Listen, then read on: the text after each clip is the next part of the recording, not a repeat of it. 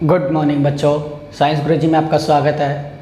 तो आज हम गाउस लॉ का थर्ड एप्लीकेशन पढ़ेंगे, जिसके अंदर हम एक स्फीयर के कारण किसी पॉइंट पर इलेक्ट्रिक फील्ड की वैल्यू निकालेंगे। इससे पहले हमने दो एप्लीकेशंस और कर चुके हैं, जिसके अंदर पहला था आपका इनफाइनाइट लेंथ का वायर के कारण किसी पॉइंट पे, एंड सेकंड था आपका किसी चार्ज शीट के कारण किसी पॉइंट पे इलेक्ट्रिक फील्ड का। वो हमने कंप्लीट कर चुके हैं, जिसका लिंक आपको नीचे डिस्क्रिप्शन बॉक्स के अंदर मिल जाएगा। ओके, सो आज का हम टॉपिक स्टार्ट करते हैं electric field intensity. Electric field intensity due to a charged sphere. Okay, sphere की बात कर रहे हैं आज अपन। इससे पहले दो वायर की एंड शीट की दो एप्लीकेशन थे, application first and application second, वो हम कंप्लीट कर चुके हैं। तो इन दोनों का लिंक आपको कहाँ पे मिल जाएगा? डिस्क्रिप्शन में मिल जाएगा। ओके, तो इनको अभी आप अच्छी तरीके से देखें, समझे, तभी आपको ये समझ में आएगा। इलेक्ट्रिक फील्ड इंटेंसिटी निकालनी है आपको चार्ज्ड स्फीयर के लिए। तो स्फीयर देखो दो तरीके के हो सकते हैं। एक तो हो सकता है होलो, मतलब खोखला, ठीक है, और एक हो सकता है सॉलिड, मतलब भरा हुआ, जिसके अंदर बीच में कोई भी स्पेस नहीं होगा। होलो भी दो तरीके के हो सकते हैं, एक कंडक्टिंग मटेरियल का और एक नॉन कंडक्टिंग मटेरियल का। Okay, so conducting material and non conducting material. Solid भी दोनों हो सकते हैं, conducting solid sphere and non conducting solid sphere. ठीक है, सो इस पॉइंट के अंदर आपके लगभग ये चारों पॉइंट हो जाएंगे, जिसके अंदर hollow conducting sphere, hollow non conducting sphere, solid conducting sphere, solid non conducting sphere. Okay, so देखो ये जो तीन कंडीशंस हैं, ये तीन conditions clear, hollow conducting, non conducting and solid only conducting में, इन तीनों स्फीयर्स में जो चार्ज रहेगा वो उस स्फीयर के सरफेस के ऊपर रहेगा। ओके, देखो होलो है तो खोखला रहेगा, तो ऑटोमेटिकली सरफेस पे आ गया पूरा का पूरा।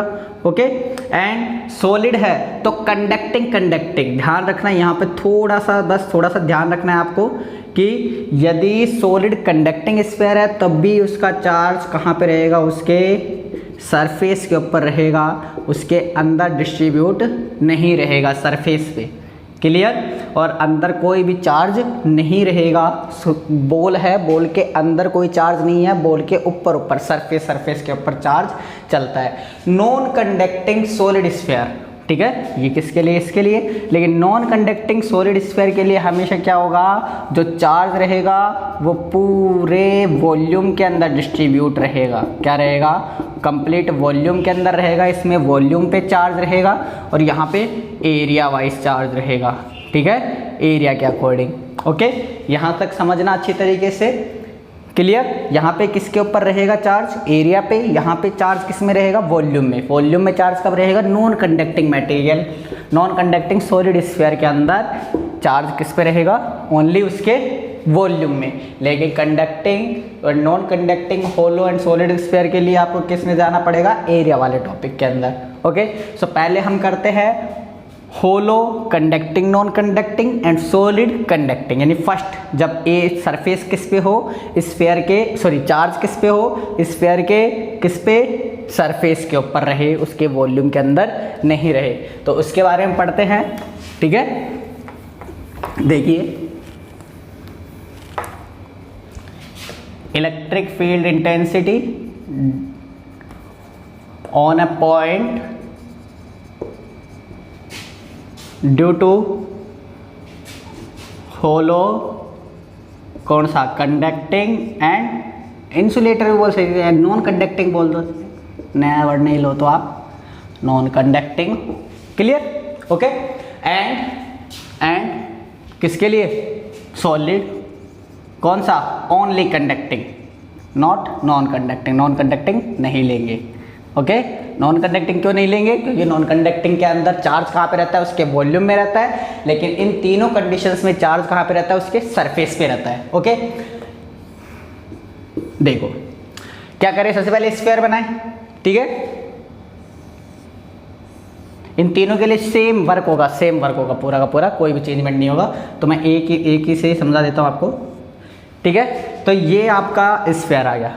इस स्फीयर के कारण, इस स्फीयर पे चार्ज कहाँ रहेगा इसके, अभी बताया सरफेस पे रहेगा पूरी तरीके से, सरफेस पे, ठीक है सर, सरफेस पे रख देंगे हम चार्ज, ओके। आगे समझ में। अब निकालना है अपन को इस पी पॉइंट पे। ये पी पॉइंट देखो, ये जो स्फीयर है इसकी रेडियस मैंने मान ली कैपिटल आर, ओके, एंड ये जो डिस्टेंस है इसको मान ली मैंने आर। उसके सेंटर से आर डिस्टेंस पे पी पॉइंट है, इस पी पॉइंट पे आपको इलेक्ट्रिक फील्ड निकालना है, ठीक है। ये आर आ गई, ये इसकी रेडियस आ गई, ये आर किसकी आ गई, ओ पी, ये ओ ए ले दो यहाँ पे नाम, ओके, रेडियस इसकी आ गई। अब देखिए इस पॉइंट पे अपन को इलेक्ट्रिक फील्ड निकालना है, तो गाउस का एप्लीकेशन है, तो गाउस का लॉ किससे रिलेटेड होता है, इलेक्ट्रिक फ्लक्स से, मतलब इस पॉइंट पे फ्लक्स निकालेंगे। लेकिन उसके लिए पहले सबसे पहले क्या करूँगा, मैं एक गाउसियन सरफेस का क्रिएशन करूँगा, इधर से थोड़ा छोटा हो गया, ठीक है, ये गाउसियन सरफेस आ गया स्फीयर, ठीक है, इक्वल रेडियस है इसकी पूरे स्फीयर की, ओके। सो अब मैं क्या करता हूँ, पहले सबसे पहले फाई का formula, okay, phi is equal to integration of close surface E dot D A, means integration E D A cos theta. मान लीजिए छोटा सा पार्ट मान लिया यहाँ पे, इससे निकलने वाले डी फाई है, इस पे इलेक्ट्रिक फील्ड की इंटेंसिटी ई है और इसका एरिया वेक्टर डी है। तो एरिया वेक्टर की डायरेक्शन किधर होगी, बाहर की तरफ, डी ए एकदम परपेंडिकुलर यही बनता है, ओके। एंड सेकंड किसकी डायरेक्शन, ये थीटा किसके बीच में, ई और ए के लिए पॉजिटिव है, तो इलेक्ट्रिक फील्ड की डायरेक्शन बाहर की तरफ, तो ई की वैल्यू, तो थीटा की वैल्यू कितनी आ गई भाई, 0 डिग्री, ओके। थीटा की वैल्यू कितनी आ गई, 0 डिग्री, ये इसका पोर्शन है, फाई की वैल्यू निकाल रहा है।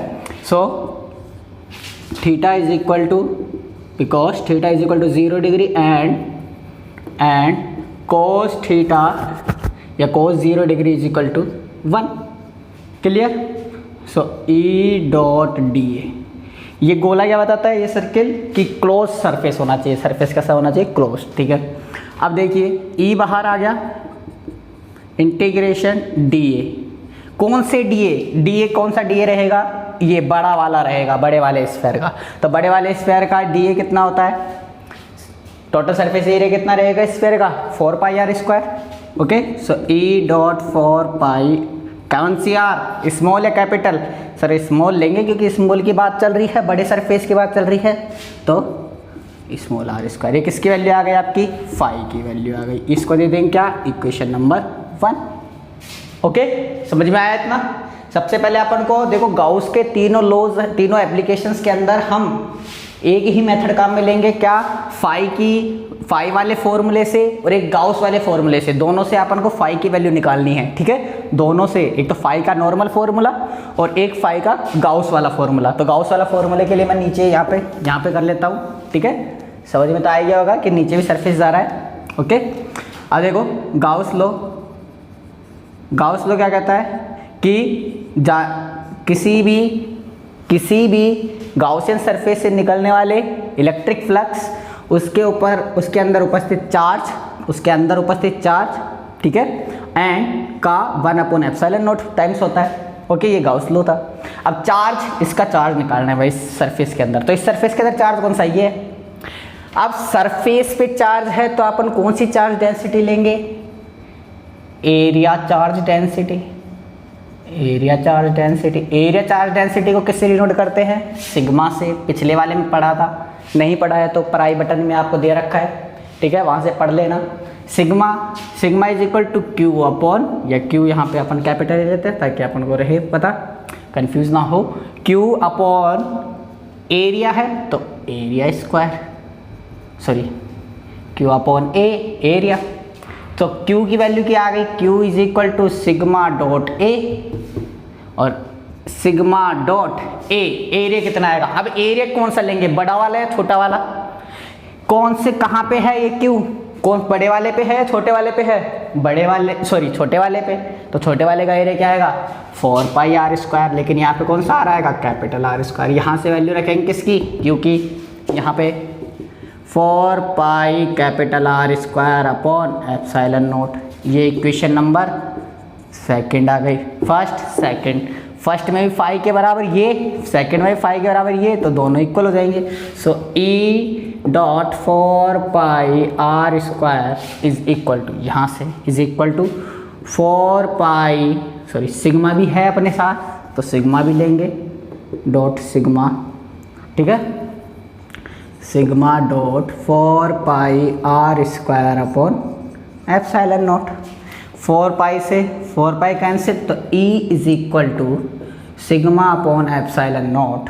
Clear, sigma upon epsilon nought R square upon R square. ये आ गया आपका electric field intensity due to a charge sphere on a point outside of the sphere.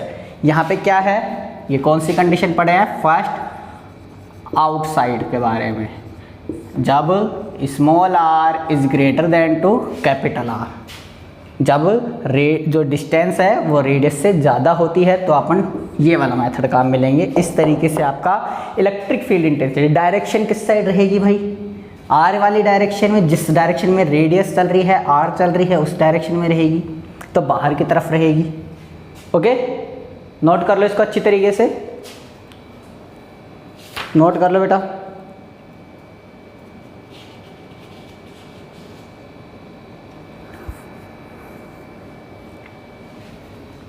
Second देखो, इसी के कारण देखो अब कहाँ पे निकालेंगे, आउटसाइड निकाला, अब इनसाइड निकालेंगे। वही कंडीशन है, अभी सेकंड कंडीशन स्टार्ट नहीं करी है, कंडीशन वही कौन सी वही, होलो कौन से, conducting, non conducting and solid only conducting. ठीक है, फर्स्ट पॉइंट निकल गया किसका, इनसाइड। इनसाइड में क्या देखा अपन ने, E is equal to sigma upon epsilon nought capital R square upon small R square. Clear. अब बात करते हैं किसकी, सरफेस पे। सरफेस पे क्या रहेगा, तो सरफेस पे क्या रहेगा भाई, जो स्मॉल आर थी वो कैपिटल आर के बराबर हो जाएगी। ठीक है, मतलब यानी जो सरफेस पे आएंगे तो ये कैपिटल आर थी आपकी और ये स्मॉल आर, सरफेस पे आएंगे तो कैपिटल आर और स्मॉल आर क्या हो जाएगी, बराबर हो जाएगी, बराबर हो जाएगी। अब उस फॉर्मूले से वहीं रख दो, E is equal to sigma upon epsilon nought R square upon R square. दोनों कट जाएंगे because R is equal to R, so E is equal to sigma upon epsilon nought. Second कहाँ पे, सरफेस पे कितना आया भाई, E is equal to sigma upon epsilon nought. अब कहाँ निकालेंगे भाई, inside, inside the charge sphere. Third inside कितना होगा सर, उसके अंदर कितना होगा, उसके अंदर की बात करेंगे।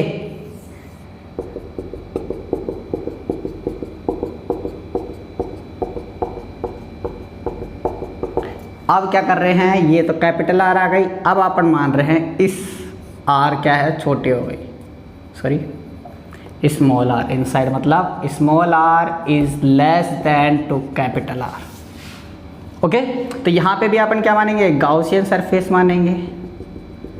ये गाउसियन सरफेस आ गया। अब इस सरफेस के अंदर है क्या कोई चार्ज, इस सरफेस के अंदर है क्या कोई चार्ज, नहीं है, चार्ज नहीं है, तो गाउस के लिए उससे phi is equal to Q upon epsilon nought. तो क्यू की वैल्यू क्या आ गई, तो जीरो, तो फाई की वैल्यू जीरो। नॉर्मल फॉर्मूले, अलग फॉर्मूले से क्या आएगा, phi is equal to E integration of D A. E dot integration of D A कौन सा सरफेस लेंगे, कौन से सरफेस से, इस सरफेस से 4 pi are square phi.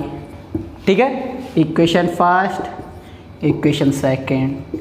First और सेकंड से क्या आ गया, E dot 4 pi are square is equal to 0, so E is equal to, मतलब कि सरफेस के होलो में कंडक्टर, नॉन कंडक्टर, सॉलिड में कंडक्टिंग, इन तीनों केसों के अंदर चार्ज जो रहता है वो स्फीयर के अंदर नहीं रहता है, जिस कारण इलेक्ट्रिक फील्ड इसके अंदर क्या रहेगा, जीरो रहेगा। क्या रहेगा, जीरो।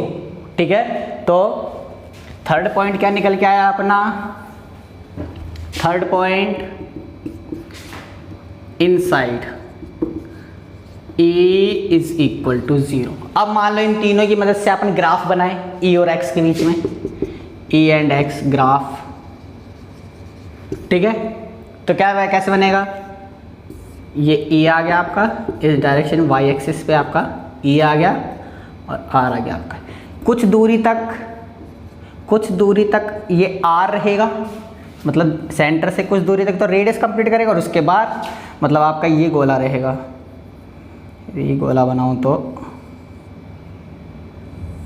इस तरीके से गोला बनेगा। ठीक है, ये क्या आ गई आपकी, R आ गई। तो इसके अंदर क्या है, R से कम पे इलेक्ट्रिक फील्ड जीरो है, जीरो ही रहेगा। बट जब वह R पे पहुंच जाता है, सरफेस पे पहुंच जाता है, तो सरफेस से पहुंच जाता है तो सिग्मा अपॉन एप्सिलॉन नॉट, मतलब सबसे ज़्यादा रहता है। और यहाँ पे इस लाइन से क्या आया, E is inversely proportional to R इसका, मतलब डिस्टेंस बढ़ेगी, इलेक्ट्रिक फील्ड कम होगा। ठीक है, सो यहाँ पे मैक्सिमम, और इस तरीके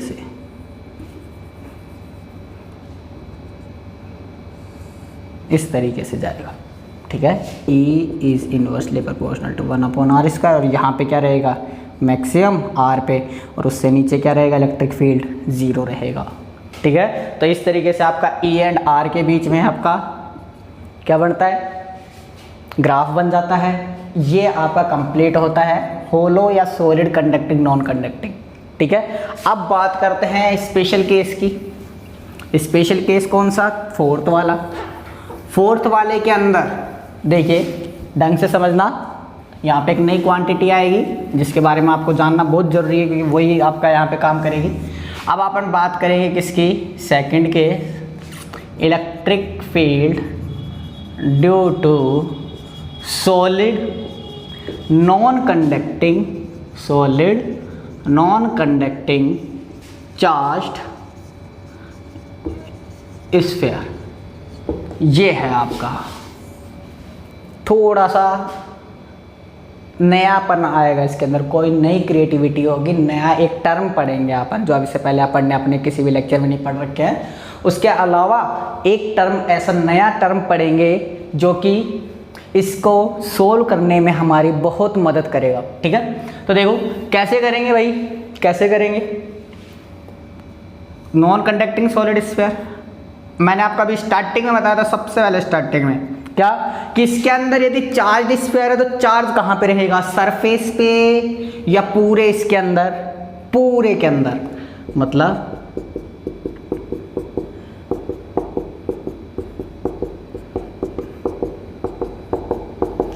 समझ में आ गया, पूरे में है। ये बॉल है, बॉल के अंदर यदि अपन एक मान लो पानी प्लास्टिक की बॉल लें और उसके अंदर पानी फिल कर दे, तो उस तरीके से इसके अंदर क्या फिल है, चार्ज फिल है। पूरे बॉल के अंदर चार्ज ही चार्ज हैं, हर पॉइंट, हर वॉल्यूम के अंदर, छोटे से वॉल्यूम के अंदर चार्ज फिट है। ठीक है, तो अब इसके कारण अब मैं इसको इरेज कर देता हूँ, क्योंकि अपने को डायग्राम बनाना है, समझ जाना बस आप, छोटे छोटे बना देता हूँ मैं। ठीक है, ये अपना सेंटर आ गया, ये डिस्टेंस अपनी सिमिलर पहले की तरह कैपिटल R, निकालना कहाँ पे है, स्मॉल r पे, ये लो सर। ठीक है, ये डिस्टेंस कितने आ गए, स्मॉल r P पॉइंट पे। वापिस वही काम करेंगे, सेम गाउसियन सरफेस, ओके। छोटा सा एक एरिया मान लिया, इस एरिया के ऊपर dA बाहर की तरफ एंड E वेक्टर भी किधर रहेगा, बाहर की तरफ। तो थीटा की वैल्यू कितनी आ गई, 0 डिग्री। सबसे पहले phi is equal to normal फॉर्मूले से निकालेंगे, E dot DA cos theta, theta की value 0, cos 0 is equal to 1, so E dot DA। Clear, कोई दिक्कत नहीं है, एकदम सिंपल है। ई को बाहर ले लेता हूँ मैं, डी ए की वैल्यू क्या आएगी, एरिया। एरिया निकालना, किसका एरिया निकालेंगे, किसके फ्लक्स, किससे निकलेंगे फ्लक्स, बड़े वाले से, बड़े वाले से निकलने वाली इलेक्ट्रिक फील्ड लाइंस, तो बड़े वाले से निकलेंगे, बड़े वाले का एरिया कितना है 4πr²। सिमिलर, ठीक है, एकदम सिमिलर आया यहाँ तक। अब बात करते हैं गाउस लॉ से। Gauss law, phi is equal to Q/ε0। Charge चाहिए, चार्ज अपने पास है नहीं, लेकिन चार्ज नहीं है, लेकिन इसके साथ आपको एक स्पेशल क्वांटिटी देगा। क्या वो स्पेशल आइटम क्या रहेगा, volume charge density. Volume charge density, volume charge density को किससे डिनोट करते हैं भैया, रो से। किससे, रो से। जो डेंसिटी का नॉर्मल फॉर्मूला होता है, सबसे सिंपल जो जिससे डिनोट करता है रो, वो किसके लिए है यहाँ पे, वॉल्यूम के लिए। लाइन के लिए क्या था आपका, लाइन के लिए क्या था, लैम्बडा, ठीक है, linear charge, linear charge density. Sigma किसके लिए था, एरिया चार्ज डेंसिटी। एंड रो किसके लिए है, volume charge density, volume charge density. तीनों को अच्छे तरीके से याद रखना, तीनों एप्लीकेशन, फर्स्ट सेकंड, ठीक है, थर्ड का हाफ फर्स्ट इसमें आएगा और थर्ड का सेकंड किस में आएगा, इसमें, ठीक है। सो ये आपका Q निकालना है, इसकी वैल्यू क्या होती है, Q/V, ठीक है, वॉल्यूम है तो V, ठीक है। So Q is equal to rho into V की वैल्यू। वॉल्यूम किसका निकलेगा, कहाँ पे है चार्ज, छोटे वाले में है, बड़े वाले में, छोटे वाले में, तो छोटे वाले का वॉल्यूम, स्फीयर का वॉल्यूम 4/3πr³, 4/3πr³, बड़ा वाला आ रहा है, ओके। वैल्यू पुट करो, रो अपॉन ε0 4/3πr³।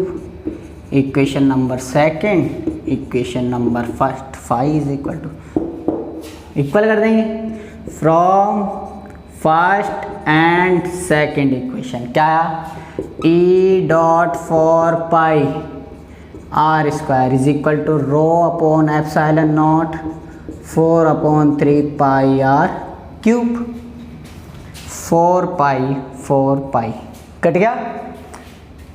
E की वैल्यू आ गई रो अपॉन ε0, रो अपॉन ε0, ठीक है,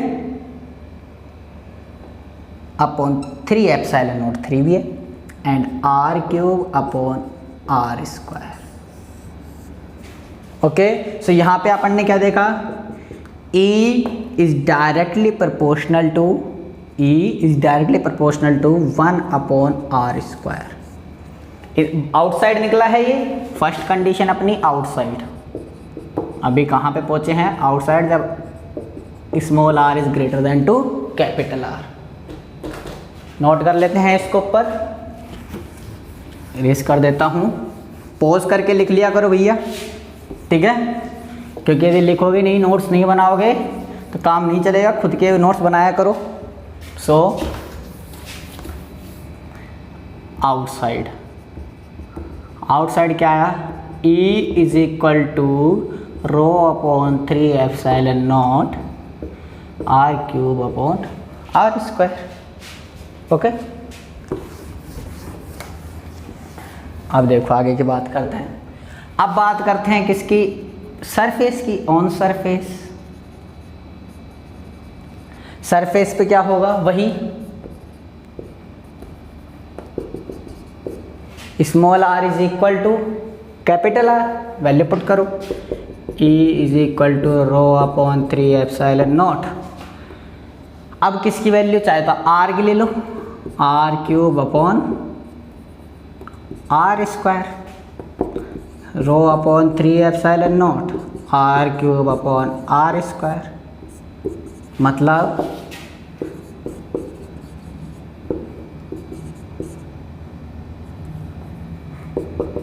मतलब यहाँ पे क्या देखा, E is directly proportional to R या E is directly proportional to R। मतलब E बढ़ रहा है,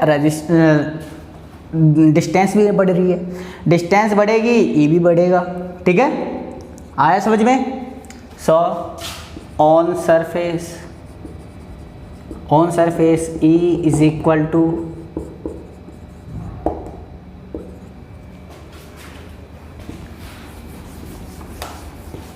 या कैपिटल R। अब देखो इनसाइड अंदर की बात करते हैं, तो चार्ज्ड स्फीयर, ओके, ये R आ गया, ये स्मॉल r आ गया। ठीक है, ओके, निकालो। Phi is equal to E dot D A, वही थीटा की वैल्यू वही सिमिलर 0 डिग्री। ठीक है, सो डी ए एरिया किसका लेंगे अपन, छोटे वाले का, कितना आया 4 pi are square. Gauss law phi is equal to q, वही क्यू, मतलब भाई अभी पढ़ा है रो बराबर क्यू अपॉन वी, तो q is equal to rho into V, rho into volume किसका आएगा, अपन को चार्ज कितना चाहिए इसके अंदर चाहिए, तो इसका वॉल्यूम लूँगा मैं 4/3 पाई आर क्यूब। ओके, तो क्या गया, rho upon Q upon epsilon naught equals to rho upon 3 epsilon not 4 pi r cube. Equation second, equation first और सेकेंड से क्या देखा, E dot 4 pi are square is equal to rho upon 3 epsilon not 4 pi r cube. 4 pi से 4 pi, इससे ये मतलब E is equal to rho upon 3 epsilon naught into r. Clear, मतलब यहाँ पे भी क्या है, E is directly proportional to R, मतलब डिस्टेंस जैसे जैसे इंक्रीज होगी इलेक्ट्रिक फील्ड इंक्रीज होगा। तो इनसाइड में क्या आया, E is equal to rho upon 3 epsilon naught into R। अब ग्राफ बनाते हैं अपन, इसके लिए भी एक ग्राफ ड्रॉ करेंगे, बहुत इंपॉर्टेंट है ये ग्राफ। ठीक है, क्योंकि दोनों ग्राफ अलग अलग हैं, सॉलिड कंडक्टिंग के लिए अलग है, सॉलिड नॉन कंडक्टिंग के लिए अलग ग्राफ है। तो देखिए सॉलिड कंडक्टिंग का कैसे बना था, सॉलिड कंडक्टिंग स्फीयर, इसके लिए कैसे बना था, यहाँ पे R था और ऐसे बन रहा था। ठीक है, ये R ये E। ठीक है, लेकिन सॉलिड नॉन कंडक्टिंग स्फीयर के लिए कैसे बनेगा देखना, ये E की वैल्यू, ये R की वैल्यू और यहाँ पे आ गया R। ठीक है, ये गोला। तो जैसे जैसे इससे दूर जाएंगे, अभी बताया इनसाइड और सरफेस तक क्या होगा, इंक्रीज होगी डिस्टेंस के साथ, तो एकदम स्ट्रेट लाइन, एकदम स्ट्रेट लाइन।